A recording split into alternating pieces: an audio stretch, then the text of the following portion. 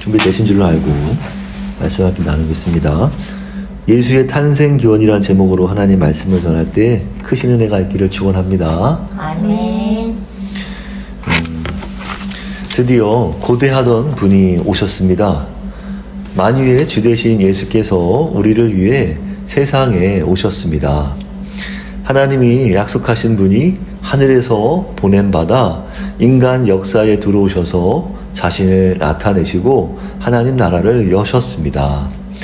하나님 나라 복음은 예수께서 주가 되신다는 사실입니다. 우리가 예수를 주로 섬기면 자신의 나라 백성이 되게 하신다는 것입니다. 하나님 나라를 상속해 주시고 하나님 나라 국적을 취득해 주십니다. 하나님 나라 일원이 되는 것입니다. 예수께서 이 땅에 오심은 비천하고 죄인된 우리에게는 영원한 기쁨이요 영원한 위로입니다. 고통받는 백성에게 위로와 참 평화와 참 구원이 임하는 것입니다. 그렇기에 예수의 오심은 인류에게 최고의 기쁜 소식이요 유일한 복음입니다. 하나님의 아들이신 예수 그리스도께서 어떻게 이 세상에 오셨나요? 이야기를 나누고자 합니다. 예수께서 탄생하신 소식은 우리에게 가장 귀한 소식입니다. 두 복음서에 할애되어 있는데요. 마태복음은 부친에게 초점이 있고요. 누가복음은 모친에게 초점이 있습니다. 마태복음 1장 16절 야곱은 마리아의 남편 요셉을 낳았으니 마리아에게서 그리스도라 칭하는 예수가 나시니라. 이따 이 부분 다시 볼 거예요. 마리아에게서 그리스도라 칭하는 예수가 나시니라. 이 부분 말이죠. 마태복음 1장의 족보는요. 단순히 역사적 정보를 제공하는 수준을 넘어 왕적 계보를 알려줍니다. 우리 잠깐 보겠습니다. 마태복음 1장 1절 함께 읽겠습니다. 시작. 아브라함과 다윗의 자손 예수 그리스도의 계보라. 그러니까 예수께서는요 참으로 하나님이 주권적으로 혈통에 간섭하셔서 믿음의 조상 아브라함과 이스라엘 왕 다윗의 후손으로 유대인의 왕으로 오신 분이심을 보여줍니다. 그래서 아브라함과 다윗의 자손 이렇게 이제 얘기를 한 거예요. 족보란 뭐냐? 히브리인들에게는요 사람에 대해서 알게 하는 가장 좋은 자료였습니다. 고대 시대에는 가족 공동체로 살던 시대였기에 개인을 이해하는 가장 좋은 방법은 가족이나 가문, 족보를 통해서였습니다. 그렇게 족보의 의도는 명백했습니다. 예수가 누군지, 예수의 정체성에 대한 정당한 근거를 제시하는 것입니다. 이스라엘이 고대한 그 메시아다는 것을 밝히고 있는 것입니다. 그러나 정확히 표현하면 예수는요 요셉의 아들은 아니었어요. 마태복음의 요셉이 예수를 낳고 라는 말씀은 없고 마리아의 남편이라 소개합니다. 우리 본문을 보겠습니다. 성경 마태복음 1장 16절 마태복음 1장 16절 함께 읽겠습니다. 시작. 야곱은 마리아의 남편 요셉을 낳았으니 마리아에게서 그리스도라 칭하는 예수가 나시니라. 그러니까 지금 보면은 앞에서는 다 이렇게 아빠가 아들을 낳고 이런 식으로 다 써 있어요. 그러니까 근데 쭉 그렇게 내려가다가 마지막에 바로 요셉에서는 딱 끝나 그게요. 요셉에서는 누구를 낳고가 아니에요. 그냥 마리아의 남편이다라고만 소개하고 있다는 거예요. 그래서 오히려 낳은 주체는 뭐냐? 여기서 마리아밖에 안 나왔어요. 마태복음 1장 16절 마리아에게서 그리스도라 칭하는 예수가 나시니라. 그럼 마리아는 누굽니까? 예수를 낳은 어머니잖아요. 여기서 우리는 한 가지 이제 주목할 게 있다면 우리는 이 마리아를 그냥 마리아로 읽어요. 근데 이제 이 유대인들이 보는 관점에 본다면 아쉬운 점이 있다는 거예요. 뭐냐 하면은 그 의미를 좀 더 깊게 보지 못한다. 왜냐? 이 마리아는 사실 이제 영어권 발음이 된 거거든요. 근데 그 전에는 히브리어로 보면 미리암으로 봐야 돼. 우리가 이제 이 구약 성경 출애굽 보면은 미리암이 이제 모세의 누나잖아요. 미리암이 나오는데 모든 정확한 발음은 히브리어 발음은 미르암이에요. 미르암. 이렇게 미리암으로 읽어야 구약이 미리암의 이미지를 계승하는 여인으로 볼 수 있다는 거예요. 그럼 그 미리암은 어떤 역할을 했었길래 출애굽 시대에 하나님의 선지자요 또 헌신적인 어머니 역할을 한 그런 인물이었습니다. 그래서 예수는 세상에서 유일한 여자의 후손인 거예요. 여자의 후손은 뭐냐? 남자를 통해서 낳은 게 아니니까 유일한 여자의 후손인 거예요. 창세기 3장 15절 여자의 후손은 내 머리를 상하게 할 것이요 너는 그의 발꿈치를 상하게 할 것이니라 하시고 이미 벌써 하나님께서 태초에 창세기가 시작하자마자 이런 말씀하신 거예요. 누구에게?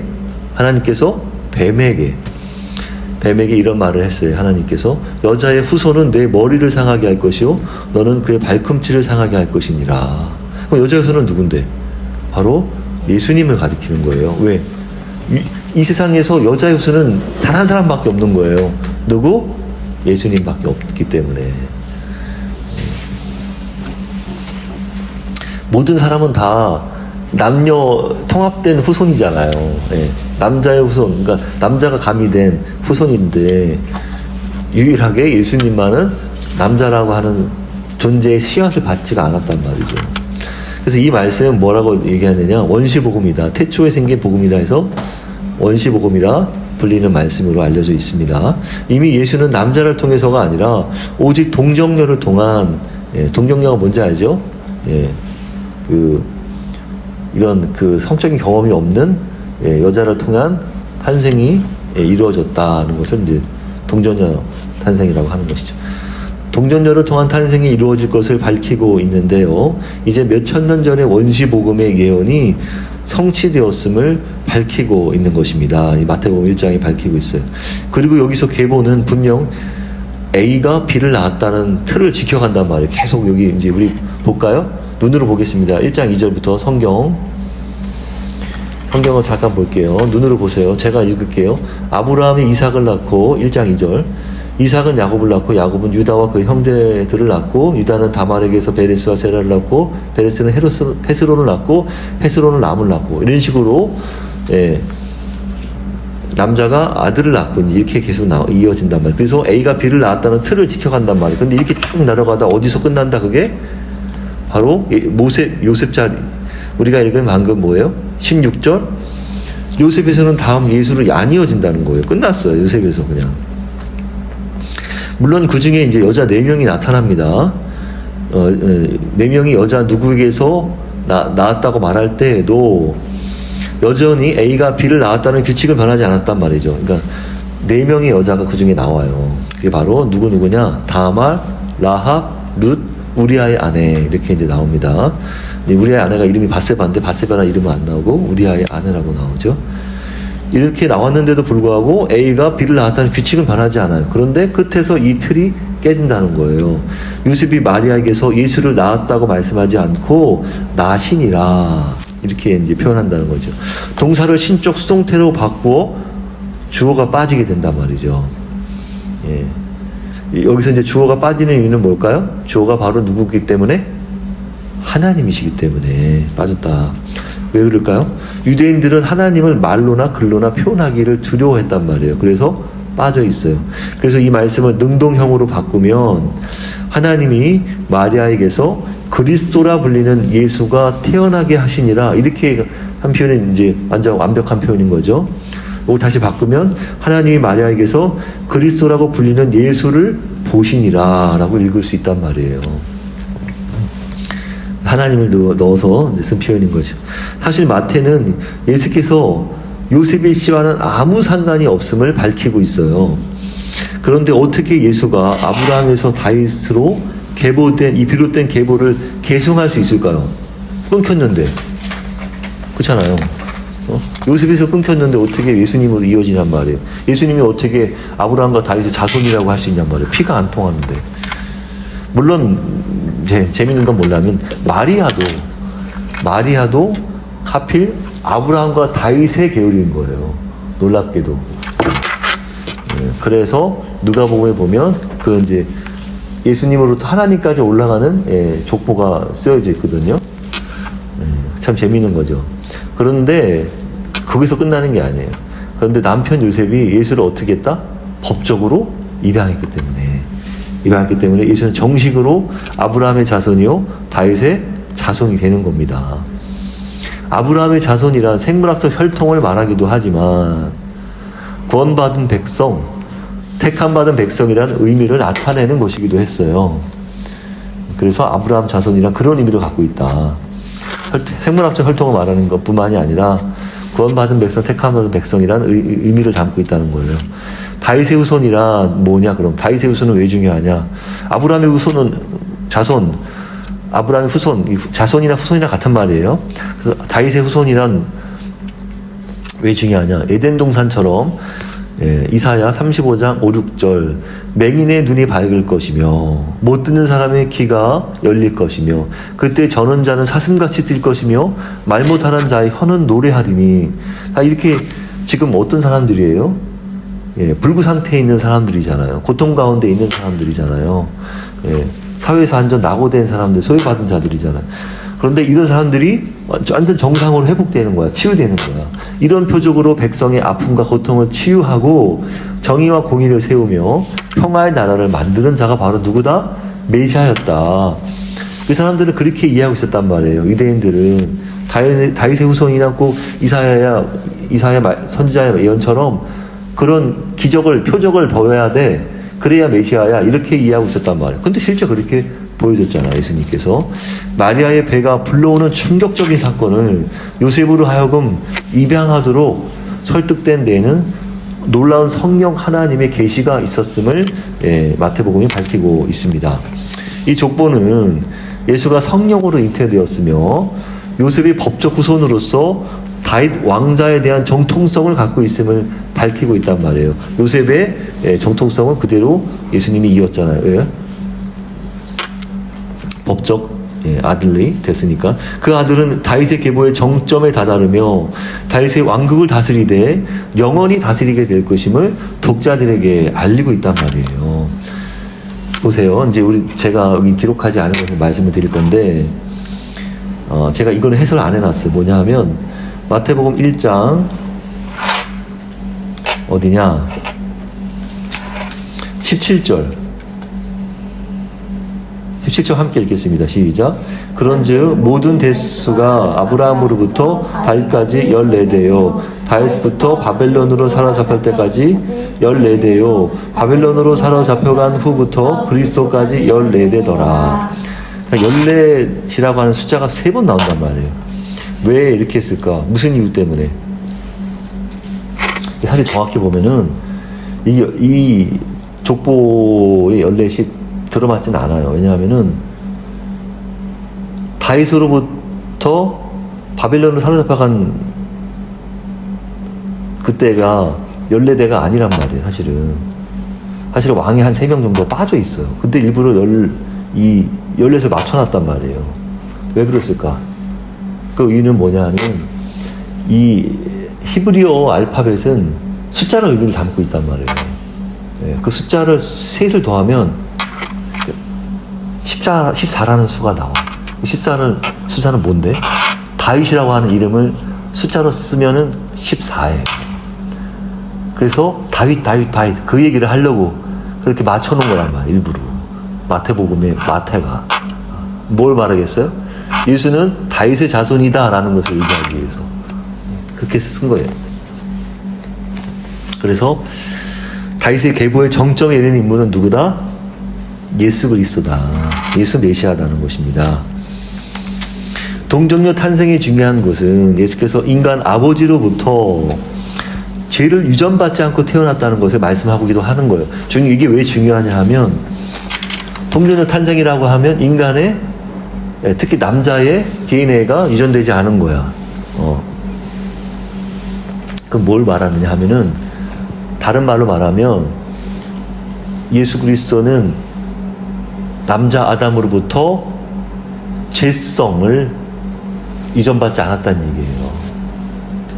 물론 마리아도 있긴 하지만 그 권한을 누구로부터 줬냐 하면 하나님께서 아담에게 주셨기 때문에.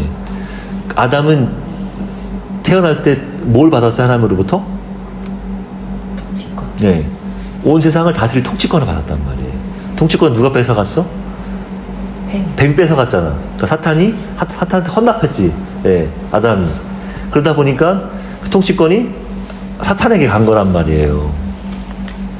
그래서 예수님이 이제 시험 받을 때도 사탄이 그 내가 주겠다 이런 말도 했긴 했지만, 그러니까 죄의 지배권, 죄의 지배, 죄가 다스리는 그런 통치권이 가져간 거야. 죄 권세가. 또 사실 죄를 다스리는 게 사탄이니까. 그건 뭘 말하느냐? 여자로부터 태어난 이 예수님은 죄를 물려받지 않았다는 거예요. 왜? 그 시작은 아담부터 시작하는 거니까. 물론 하와가 먼저 범죄를 하긴 했지만 그 권한을 하나님께서 아담에게 주셨기 때문에. 그래서 예수님은 태어나시더라도, 인간으로 태어나더라도 죄를 물려받지 않은 존재가 되었다는 거예요. 이해되겠죠? 예. 마태복음 1장 18, 19절 예수 그리스도의 나심은 이러하니라. 그의 어머니 마리아가 요셉과 약혼하고 동거하기 전에 성령으로 잉태된 것이 나타났더니 그의 남편 요셉은 의로운 사람이라 그를 드러내지 아니하고 가만히 끊고자 하여. 요셉과 마리아는 정혼했지만 아직 결혼식은 하지 않았습니다. 왜 정혼이라는 표현을 했냐면 이게 지금 개역 개정은 아까 약혼이를 읽었잖아요. 그죠? 1장 18절 보면 약혼이라고 써 있죠. 그리고 이제 우리가 개역 한글판을 보면 이걸 정혼이라고 써 있단 말이에요. 네, 그래서 정혼과 약혼, 정혼이라는 표현이 이제 그대로 이미지를 받은 건데 이제 개역 개정을 이제 하면서 이제 약혼이라고 해도 다 괜찮겠다 싶어서 약혼으로 바꾼 겁니다. 근데 의미는 상은 같아요. 근데 좀 더 자세히 얘기해 보겠습니다. 요셉과 마리아는 정혼했지만 아직 결혼식은 하지 않았습니다. 정혼이란 둘이 혼인하기로 약정하는 것을 정혼이라 합니다. 그러니까 약혼과 같은 의미예요. 동거하기 전인데요. 현대의 약혼보다는 다른 점이 있어요. 약혼과 뭐가 다르냐? 현대 약혼보다는 강한 제도 있기 때문인 거예요. 남편과 아내로 불리었고 그렇게 불렀어요. 서로 정혼 관계를 하더라도 결혼과 같은 효력이 있었단 말이에요.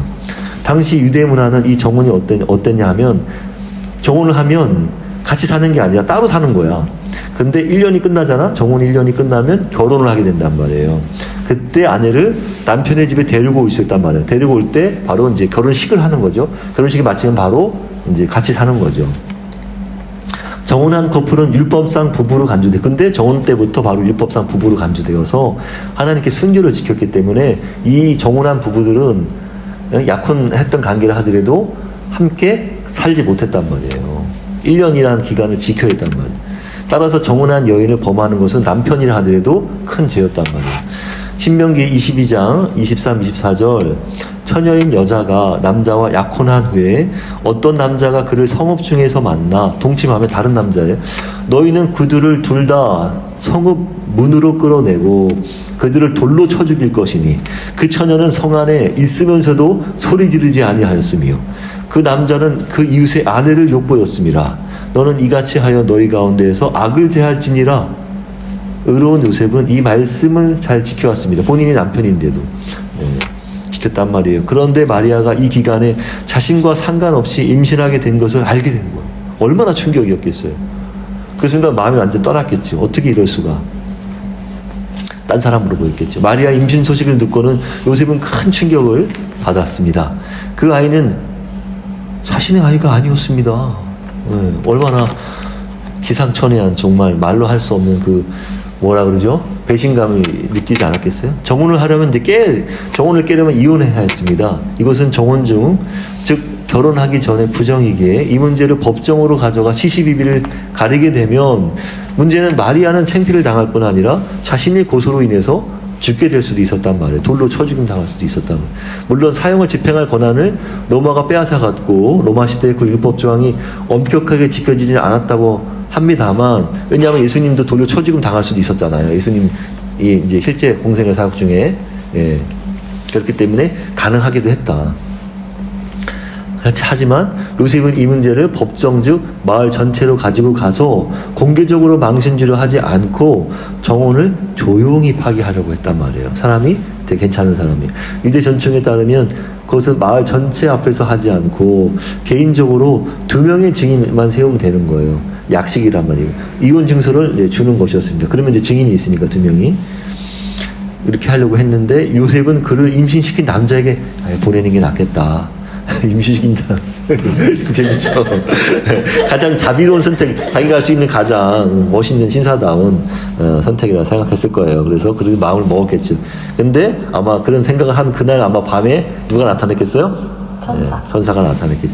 그런데 이 사건은 자신이 전혀 생각하지 못한 방향으로 흘러갔단 말이에요. 큰 위기의 순간에 꿈속에서 누가 나타나? 천사가 짠 나타났어요. 마태복음 1장 20절 이 일을 생각할 때에 주의 사자가 현명하여 이르되 다윗의 자손 요셉아 내 아내 마리아 데려오기를 무서워하지 말라 그에게 잉태된 자는 성령으로 된 것이라. 천사 가브리엘이 나타나서 요셉에게 엄청난 소식을 전하였어요. 마리아를 내 아내로 맞아들이라는 거예요. 그런데 요셉은 이혼을 못할 경우에 자신이 받아야 할 수치를 자신이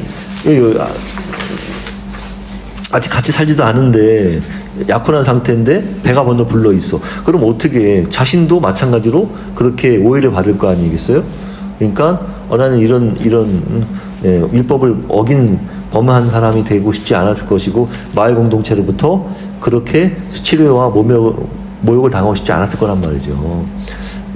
마리아뿐만 아니라 자신도 해당하는 거기 때문에 배부른 마리아를 보고 자신이 속한 유대 마을 공동체로부터 비난을 감당해야 했기 때문이다. 그런데 그 아이가 성령으로 잉태된 것이라고 합니다. 성령이라니 이것이 어찌된 일인지 주어진 현실을 감내하기가 얼마나 부담스럽겠어요. 내 아내가 남의 아내인 것 마냥 느껴짐이 여전히 있었겠지만 그러나 그는 의로운 사람 믿음이 깊고 강한 사람이었단 말이에요. 하나님께 충성된 사람이었단 말이에요. 우리는 사람의 믿음이 얼마나 깊고 강한지를 알아보려면 어떨 때 보면 된다? 그 믿음을 위해서 기꺼이 자신이 고난을 감수하려는지를 보면 알 수 있단 말이에요. 그래서 우리는 항상 그리스도인들 가운데도 딱 이제 그 사람의 어떤 당한 어떤 그 현실, 이 사람을 잘 믿음을 가지고서 잘 그 고난을 감수하는지 아닌지 이런 거 보면 이 사람 믿음이 훌륭한지 깊은지 아닌지를 알 수 있어요. 요셉은 하나님께 충성되고 신실한 사람이었기에 이것으로 오는 고난을 자기가 피하지 않고 기꺼이 받아들였단 말이에요. 하나님께 충성된 사람이었기 때문에. 마태복음 1장 21절 아들을 낳으리니 이름을 예수라 하라. 이는 그가 자기 백성을 그들의 죄에서 구원할 자이심이라 하니라. 예수라는 뜻은요, 어떤 뜻이냐? 여호와는 구원이시라 하는 뜻이에요. 여호와는 구원이시라. 그건 여기 이제 보겠습니다. 이 단어의 뜻을 이제 알기 위해서 지금 해설을 해놨어요. 예수란 여호수아. 우리 여호수아 알고 있어요? 지연쌤? 여호수아라고 이제 우리 창세기, 출애굽기, 레위기, 민수기, 신명기, 그 다음에 여호수아라고 하는 책이 있어요.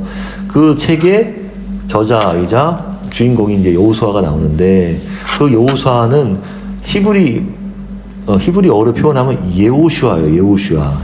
예호슈아인데 이 예호슈아로 축약해서 어떻게 히브리인들이 부르냐, 유대인들이 말하냐, 예슈아 이렇게 불러. 예슈아를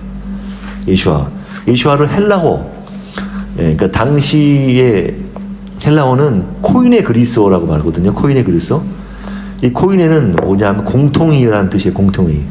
그러니까 이 공통의 그리스어가 어떻게 생겼느냐? 알렉산더 대왕 알죠? 알렉산더 대왕이 이제 전 유럽을 제패했잖아. 그때 이제 헬레니즘 시대가 열렸잖아요. 그때 이제 다 퍼진 공용어가 됐단 말이에요. 그리스 공통어, 공통 그리스어를 코이네 그리스어라고 이제 말합니다. 코이네 헬라어, 코이네 그리스어 이렇게 표현하는데 그것이 바로 뭐다? 예수다. 그냥 우리식으로 말하면 예수가 됐다. 예수란 발음이 어떻게 우리에게 됐느냐? 사실은 우리가 영어 글자로 보면 우리가 우리식으로 읽으면 사실 예수스예요. 예수스.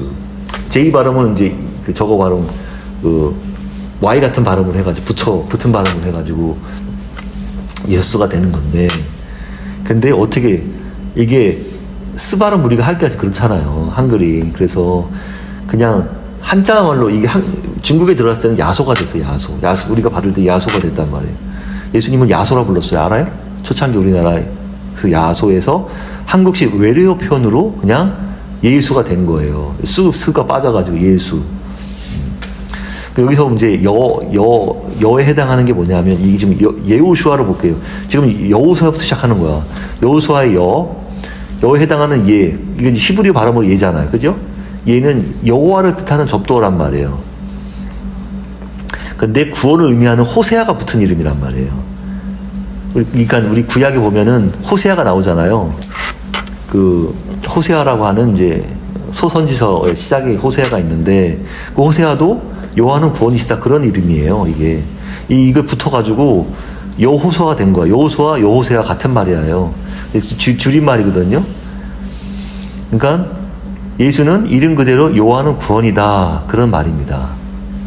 그래서 예수란 말을 히브리어로 표현하면 여호수아 호세아 같은 표현인데 축약형으로 히브리어 발음을 하면 예수아가 되는 거예요.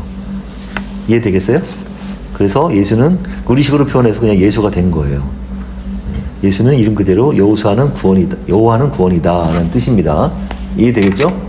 예, 발음이 이렇게 붙어 있는 거예요. 지원쌤 이해돼요? 네. 그래요. 가겠습니다. 유대인의 이름은 출생 후 8일째 할례 받을 때 친부로부터 주어졌는데요. 그러니까 8일째 되면 다 자녀의 이름을 진단 말이에요. 유대인들은 8일째 이제 뭘 하냐 할례를 하고서 이름을 지어준단 말이죠. 예수님도 이제 8일째 할례 받았잖아요. 벌써 태어나기 전부터 근데 예수님은 특이하게 천사로부터 얘기를 들었잖아요. 이름을 들었잖아요. 이름이 지어졌어요. 그 아기는 아들이며 이름은 예수아. 우리식으로 예수라는 거예요. 유대 사회에서 자녀 이름은 단순히 신원을 밝히는 표시가 아니라 부모가 자녀에게 갖는 희망과 기도를 포함하는 상징이 바로 그 이름이었단 말이죠. 부모가 이름을 지으니까. 예. 그렇게 이름을 하나님께서 지어주셨잖아요. 그래서 아이의 친부임을 하나님께서 스스로 밝히신 거란 말이에요. 그렇게 예수께서는 성령으로 잉태되셨다는 거예요. 그래서 예수의 근원은 하나님이신 거예요. 예수란 구원자, 야훼가 구원하신다. 야훼가 발음이 정확한 발음이 사실 야훼. 이가 이게 히브리어식 발음으로 정확한 발음입니다. 여호와 이제 중국 갔다가 들어와서 그것도 여호와가 됐는데 우리식으로 여호와가 됐는데 그러니까 외리식 표현을 하다 보니까 이렇게 되는 거예요. 여호수아가 히브리 백성을 가나안 땅으로 인도한 것처럼 그렇죠? 여호수아가 히브리 백성을 출애굽시켜가지고 가나안 땅으로 넣었잖아. 예수님께서도 자기 백성을 하나님 나라로 이끌 것입니다.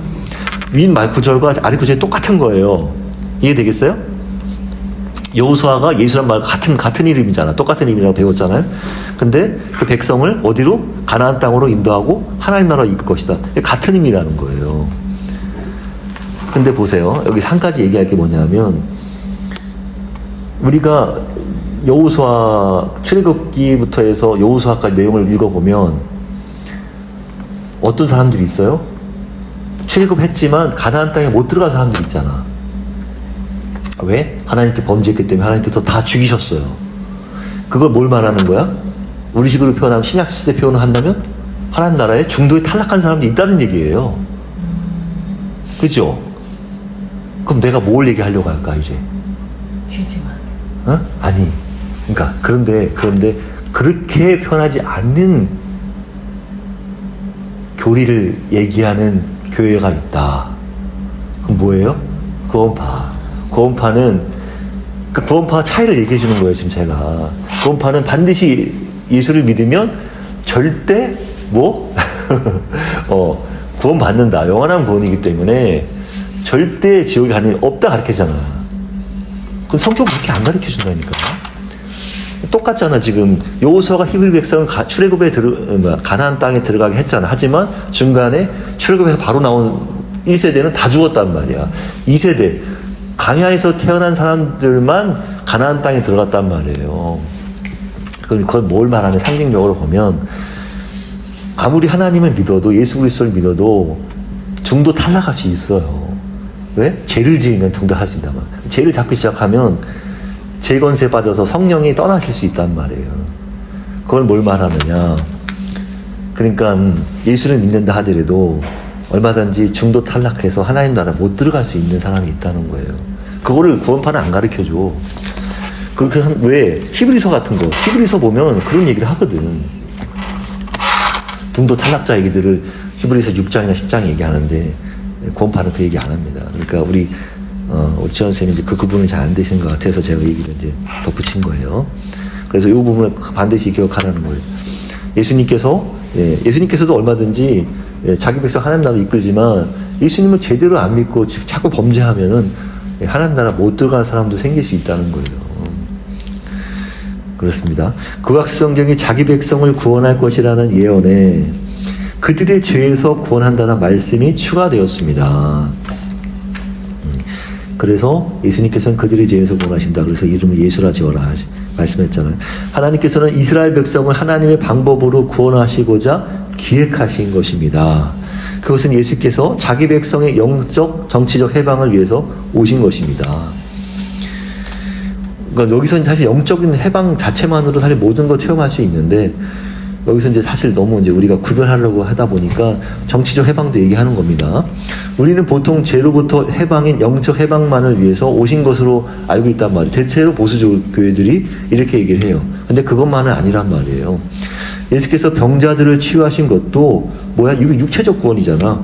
구원의 종합성, 구원의 통전성을 볼 때 구원의 한 단면이에요. 구원의 일면을 보여준 겁니다. 예수님께서 사람을 치유하신 거 그거 구원의 한 단면인 거예요. 육체적 구원을 보여주신 거예요. 그래서 뭐라고 얘기합니까? 그 순간 하나님 나라가 임했다. 그렇게 표현하잖아요. 마찬가지로 예수께서 굳이 정치 지도자 행세를 하지 않으셔도 만약 이스라엘 백성 대부분이 예수를 메시아로 받아들였다면 그들이 바라던 정치적 해방도 그리 어려운 일은 아니었을 거란 말이에요. 왜 그 사람들이 그렇게 바랬잖아. 메시아가 정치적 해방자로 오기를 바랬잖아. 그러니까 예수님과 딱 일치하지 않는 거야. 그 사람들이 예수를, 그러니까 메시아를 충분히 이해하지 못한 거예요. 성경에서 메시아가 어떤 존재를 알 것인지를 충분히 이해하지 못했기 때문에 메시아에 대한 오해가 많았던 것이죠. 굳이 예수님께서는 폭력을 행하지 않으셔도 예수님께서는 얼마든지 현실을 바꿀 주인이시란 말이에요. 예수께서 세우신 하나님 나라는 실제 존재하는 그 이스라엘보다 훨씬 크고 위대한 나라란 말이에요. 그분의 권세는 영원한 나라고 그 나라는 영원한 나라잖아요. 예수의 권세와 능력의 확장성은 가장 셉니다. 따라갈 수가 없어요. 그러나 그들 다수가 고배했단 말이에요. 그래서 죄는 근본적으로 하나님을 싫어하는 자기중심성, 저는 이제 나 하나님이라고 써놨는데, 나 하나님이에요, 나 하나님. 자기중심성이란 나 하나님, 나를 하나님으로 여기는 것, 그게 자기중심성이란 말이에요. 그런 가진 성향이란 말이에요. 죄의 성향이란 자기중심성, 나 하나님으로 여기는 성향이다. 예수를 거부하는 건 그들의 죄를 버리지 못한 본성 때문이었단 말이에요. 나를 버리지 못해. 그러니까 예수를 받아들이지 못하는 겁니다. 그러니까 예수를 받아들이는 사람은 어떤 사람들이다? 나 하나님을 버린 사람들, 자기중심성을 버린 사람들이라는 거예요. 구약 전체를 볼 때에도 하나님께서 이스라엘을 진노하신 것은 그들의 죄 때문이었다. 나를 버리지 못한 나 하나님 성향 때문에 다 죽었다 이겁니다. 그렇기에 메시아 예수께서 죄에 대하여 영원한 해결사가 되셨습니다. 예수께서 이 세상에 오실 계획은 오래전부터 예언되어 왔어요. 마태복음 1장 22, 23절 이 모든 일이 된 것은 주께서 선지자로 하신 말씀을 이루려 하심이니 이르시되 처녀가 잉태하여 아들을 낳을 것이요 그의 이름은 임마누엘이라 하리라 하셨으니 이를 번역한즉 하나님이 우리와 함께 계시다 함이라. 이 말씀을 이제 해설해 보겠습니다. 조금 집중이 필요해요. 이 예언은 이사야 선지자가 1차적으로 남유다 왕 아하스에게 선포한 말씀이에요. 되게 정치적인 얘기야 이게. 아하스에게 이사야 7장 14절 그러므로 주께서 친히 징조를 너희에게 주실 것이라 말씀을 주신 배경이 이래요. 뭐냐 하면 보세요.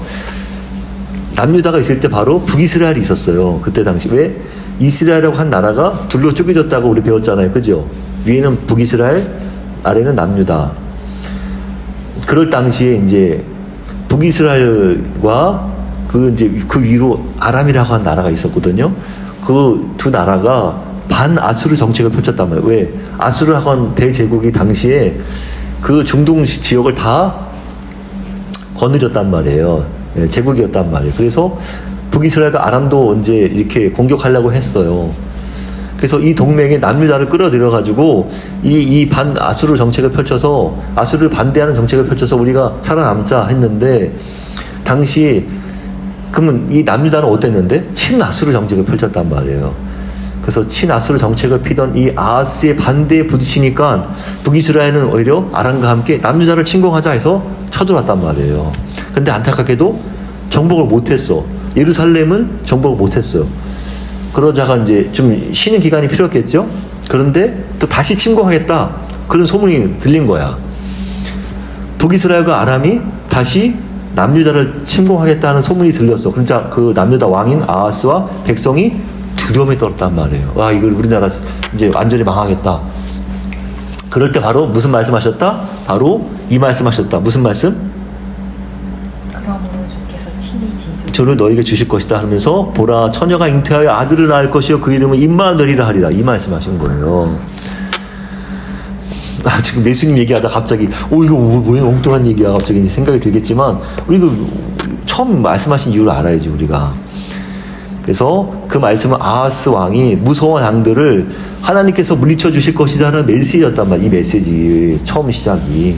그래서 하나님께서 친히 징조를 보여주시는데 처녀가 낳은 아들이 선악을 분별할 줄 알기 전에 이스라엘 왕과 아람 왕이 죽을 것이라는 희망의 예언이었단 말이에요. 그러니까 그 처녀가 낳은 아들이 이제 누굴 말하냐 하면 이제 이사야 선지자의 아들을 말하는 거예요. 그 아들이 이제 선악을 분별할 줄 알기 전에 좀 크기 전에 몇 년 안에 이스라엘 왕과 아람 왕이 죽을 것이다 하는 그런 희망의 예언을 바로 누구한테 했다? 이사야 선지자가 아하스에게 한 거란 말이에요. 아들의 이름 하나님께서 함께 하신다는 뜻 임마누엘을 통해서 그렇게 이제 별칭을 주신 거지. 임마누엘이라고 하는 뜻. 왜? 하나님이 너희와 함께 하셔. 그 메시지를 전해주기 위해서 하신 거예요. 하나님의 임재를 드러내며 예언이 부분적으로 성취된 것이에요. 그래서 당시 남유다는 이 북이스라엘과 아람으로부터 멸망당하지 않고 계속 살아남았다는 것입니다. 오히려 이제 북이스라엘이 이제 나중에 이제 다 멸망당하게 되죠.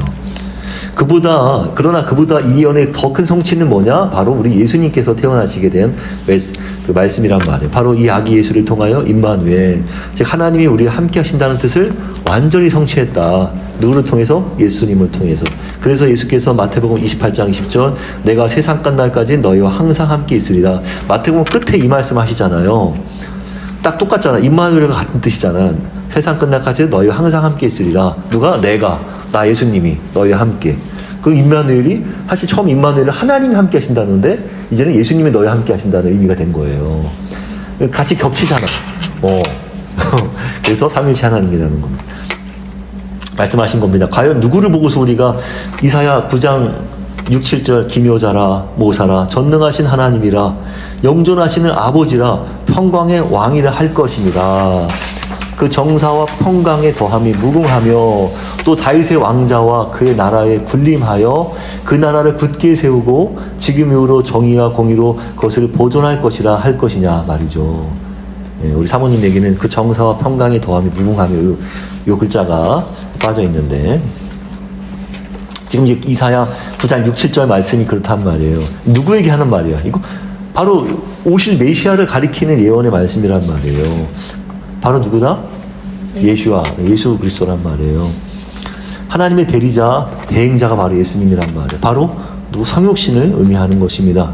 마태복음 1장 24, 25절 요셉이 잠에서 깨어 일어나 주의 사자의 분부대로 행하여 그의 아내를 데려왔으나 아들을 낳기까지 동침하지 아니하더니 낳음의 이름을 예수라 하니라. 요셉은 신앙심이 깊은 사람이었기 때문에 자신을 생각하지 않고 즉각 순종하였습니다. 요셉은 이 기적적인 사건을 받아들이며 이 모든 것이 하나님의 간섭과 선위에 의해서 진행되고 있음을 깨닫게 된 것입니다. 우리는 예수께서 세상에 오실 때 이런 경건한 부모가 있었음을 보게 됩니다. 이로써 예수는 역사에 등장하시게 된 거예요. 결론입니다. 예수께서는 실제 이 세상에 태어나셨습니다. 하나님의 아들이 인간의 역사에 들어온 것입니다. 얼마나 놀라운 일이에요. 만인이 하나님의 긍휼하심을 입고 죄악의 건세에서 구원받게 되었습니다. 하나님 나라의 새 백성이 된 것입니다. 예수가 구원자십니다. 우리는 주 예수께 복종해야 합니다. 무릎을 꿇어야 합니다. 그런 예수를 따라 주님 오심을 기뻐하며 예수를 내 하나님으로 내 주로 섬기기를 즐거워하는 저와 여러분 이 하나님께 되시기를 축복합니다. 아멘.